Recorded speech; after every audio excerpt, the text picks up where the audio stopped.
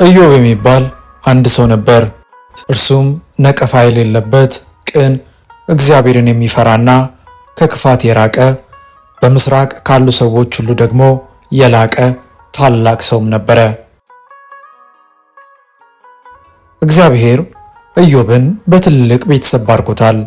7 ወንዶችና 3 ሴቶች ልጆች ነበሩት። 7000 በጎች፣ 3000 ግመሎች፣ 500 ጥማድ በሬዎችና 500 አህዮችም ነበሩት።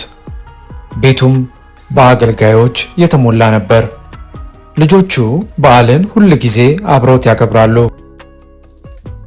ወንዶቹ ልጆቹ በየተራ ቤታቸው ውስጥ ግብዣ ያዘጋጁ ነበረ። 3ቱ እህቶቻቸውንም አብረዋቸው እንዲበሉና እንዲጠጡ ሁል ጊዜ ይጋብዟቸዋል። የግብዣው ሂደት ግን ሲጠናቀቅ ኢዮብ ማለዳ ተነስቶ ልጆቹን በማስጠራት ለእያንዳንዳቸው የሚቃጠል መስዋዕትን ያቀርባል። ጌታ ሆይ ከልጆቼ አንዱ እንኳን ኃጢአት ሰርቶ በልቡ አንተን ሰድቦ ከሆነ እባክህ ይቅር በላቸው ብሎ ይጸልያል። ይህንን መስዋዕት በእነሱ ስም አቀርባለሁ ይላል። ይህ የኢዮብ የዘወትር ልማዱ ነበር።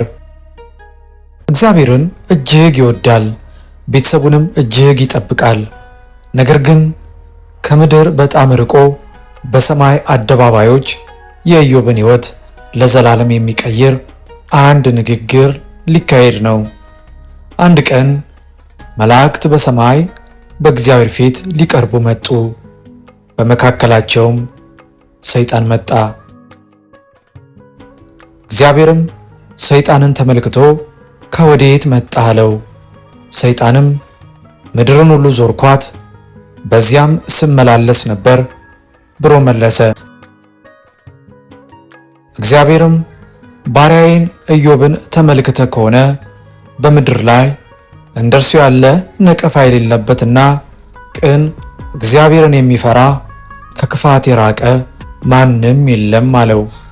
ሰይጣን ግን በፍጹም አላመነም። ኢዮብ እግዚአብሔርን የሚወደው እግዚአብሔር በሰጠው ነገር ምክንያት ብቻ እንደሆነ ያምን ነበር። በረከቶቹን ውሰድበት፣ እምነቱ ይፈራርሳል። ኢዮብ እግዚአብሔርን በከንቱ ይፈራልን? ያለውን ሁሉ ባርከህለታል።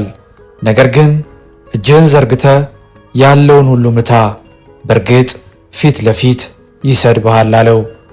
ሰይጣን የኢዮብ እምነት ከጥቅም አንጻር ብቻ የተገነባ መሆኑን እርግጠኛ ነበር። ሆኖም እግዚአብሔር የኢዮብን ልብ ያውቃል። የኢዮብ እምነት እውነተኛ ነው። እግዚአብሔርን ይህን ያውቅ ነበር። ከዚያም እግዚአብሔር እነሆ ያለው ሁሉ አሁን በእጅ ነው፣ ነገር ግን በእርሱ ላይ እጅህን አትዘርጋ አለው።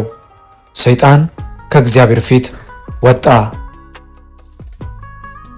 አሁን የኢዮብን ከብቶች፣ አገልጋዮችና ልጆቹን ጭምር የመምታት ፈቃድን አግኝቷል። እንደ ማንኛውም ተራ ቀን ነበር ቀኑ።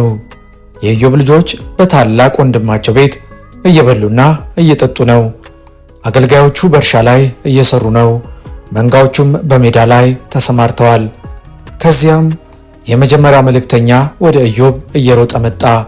ሳባውያን አደጋ ጣሉብን፣ እንስሳቱንም ወሰዱ፣ አገልጋዮችንም በሰይፍ ገደሉ። እኔም ልነግርህ አምልጬ መጣሁ አለ። በሬዎቹም እያረሱ አህዮቹም በአቅራቢያቸው ይሰማሩ ነበር። እርሱም ገና ሲናገር ሁለተኛው መልእክተኛ ወደ ኢዮብ ሮጦ መጣ። የእግዚአብሔር እሳት ከሰማይ ወደቀች፣ በጎቹንና አገልጋዮቹንም አቃጠለች። እኔ እንድነግርህ አምልጬ መጣሁ። እርሱም ገና ሲናገር ሦስተኛ መልእክተኛ ወደ ኢዮብ እየሮጠ መጣ። ከለዳውያን በ3 ረድፍ ተከፍለው በግመሎቹ ላይ አደጋ ጣሉ፣ ወሰዷቸውም፣ አገልጋዮቹንም በሰይፍ ገደሉ። እኔም ልነግርህ አምልጬ መጣሁ። እሱም ገና ሲናገር አራተኛ መልእክተኛ ወደ ኢዮብ መጣ። ወንዶችና ሴቶች ልጆችህ በታላቅ ወንድማቸው ቤት እየበሉና እየጠጡ ሳለ ታላቅ ንፋስ ከምድረ በዳ መጥቶ የቤቱን 4 ማዕዘን መታው፣ በላያቸው ላይ ወደቀባቸው፣ ሁሉም ሞቱ። እኔም ልነግርህ አምልጬ መጣሁ። በዚያ ከፈረሰው ቤት ጋር የኢዮብ ዓለምም አብሮ ፈረሰ። ኢዮብ መጎናጸፊያውን ቀደደ። ይህም የጠለቀ ሐዘን ምልክት ነበር። መሬት ላይም ወድቆ ሰገደ። ከዚያም ኢዮብ እንዲህ አለ፣ ከእናቴ ማፀን ራቁቴን ወጥቻለሁ፣ ራቁቴንም ወደዚያም መለሳለሁ። እግዚአብሔር ሰጠ፣ እግዚአብሔር ነሳ፣ የእግዚአብሔር ስም የተባረከ ይሁን አለ። በዚህ ሁሉ ውስጥ ኢዮብ ኃጢአት አልሰራም፣ በእግዚአብሔር ላይም ስህተትን አልተናገረም። ሰይጣን ወደ ሰማይ ተመለሰ፣ እንደገና በእግዚአብሔር ፊት ቆመ። እግዚአብሔርም ቀድሞ ተናገረ፣ ባሪያዬን ኢዮብን ተመልክተ ከሆነ ያለ ምክንያት እንዳጠፋው ብታነሳሳኝም እርሱ ግን ፍጹምነቱን እንደያዘ ነው አለው።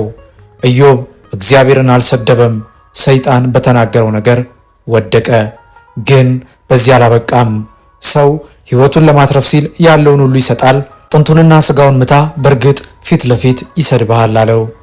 በመጀመሪያው ጊዜ እግዚአብሔር ለሰይጣን የኢዮብን ንብረት እንዲመታ እንጂ ሰውነቱን እንዳይነካ አስጠንቅቆት ነበር። በዚህ ጊዜ ግን እግዚአብሔር ፈቃዱን አስፋፋው። እነሆ እርሱ በእጅ ነው፣ ነፍሱን ግን ተዋለው። አሁን ሰይጣን በኢዮብ አካል ላይ ጉዳት ለማድረስ ፈቃድ አግኝቷል። ሳይገድለው ብቻ ማሰቃየት ጀመረ። ሰይጣን ከእግሩ ጥፍር እስከ ራስ ጠጉሩ ድረስ ኢዮብን በክፉ ቁስል መታው። ቆዳው ተሰነጠቀ፣ ደማም፣ ሥጋውን በትኩሳት ተቃጠለ። ቁስሉ ከመስፋፋቱ የተነሳ የቅርብ ጓደኞቹ እንኳን ሊያውቁት አልቻሉም። ኢዮብም የሸክላ ስባሪ ወስዶ ቁስሉን እያከከ በአምር ላይ ተቀመጠ። ብቸኝነትና ስቃይ ተሰማው። የኢዮብ ሚስት ልጆቿን አታለች፣ ልቧም ተሰብሮ ነበር። እርሱ አሁንም እምነቱን አጥብቆ መያዙን ልትረዳው አልቻለችም። አሁንም ፍጹምነትን ይዛሃልን? እግዚአብሔርን ስደብና ሙት አለችው። ምናልባት ሞት ስቃዩን ያሳጥርለታል ብላ አስባ ይሆናል። ምናልባት ተስፋ ቆርጣም ይሆናል። ኢዮብ ግን ሁኔታውን በሌላ መንገድ አየው። ለምን እንደ ሰነፍ ሴቶች ትናገሪያለሽ? ከእግዚአብሔር እጅ መልካሙን ተቀበልን፣ ክፉንስ አንቀበልምን? መቀበል ያለብን ሕይወት ቀላል ሲሆን ብቻ ነውን? ብሎም ተናገራት። አሁንም ቢሆን ኢዮብ በከንፈሩ ኃጢአትን አልሰራም፣ ጸንቶ ቆመ እንጂ። 3 የኢዮብ ጓደኞች በደረሰበት መከራ ሁሉ ሲሰሙ ሊጠይቁት መጡ። ስማቸውም ኤልፋዝ፣ በልዳዶስና ሶፋር ነበር። ሊያጽናኑትም መጡ።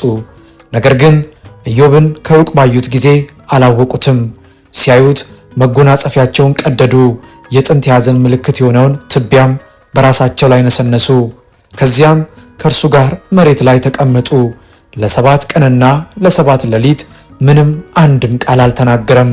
ስቃዩ ከቃላት በላይ ታላቅ ነበር።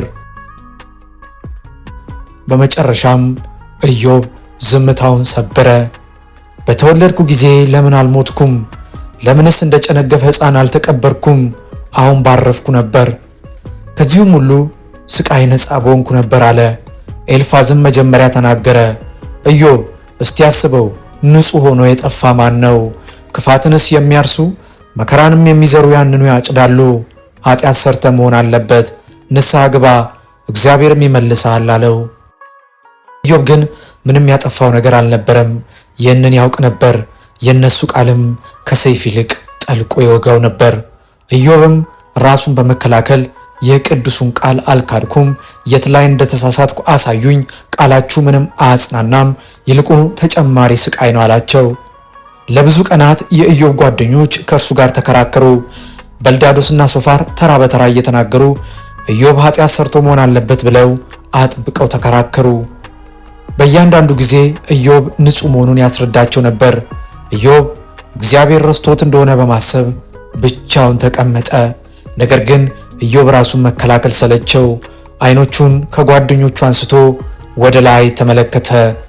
ከብዙ ጊዜ በኋላ እግዚአብሔር ከንፋስ ውስጥ ኢዮብን አነጋገረው። የሰማይንና የምድርን ፍጥረት አሳየው። ኢዮብም እግዚአብሔር ሁሉን እንደሚያውቅ አወቀ። እንዲህም አለ፣ ከዚህ በፊት በመስማት ብቻ ስለ አንተ አውቄ ነበር፣ አሁን ግን ዓይኔ አይቶሃል። ከዚህ በኋላ እግዚአብሔር ኢዮብን እንደገና ባረከው፣ ከቀድሞም ያለውን ሁሉ እጥፍ አድርጎ ሰጠው። እንደገና ብዙ ልጆችም ነበሩት፣ ንብረቱም እጅግ በዛ። ኢዮብ ረጅም ዘመን ኖረ፣ ልጆቹንና የልጆቹን ልጆች እስከ 4ኛው ትውልድ አየ። ቅዱሳን በዚህ ሁሉ የኢዮብ ታሪክ ውስጥ ትዕግስትን፣ በእምነት መጽናትን እንማራለን። ሌላው ደግሞ የሚገጥመን የትኛውም መከራ የትኛውም ስቃይ ለመልካም እንደሚሆን የኢዮብ ታሪክ ይነግረናል።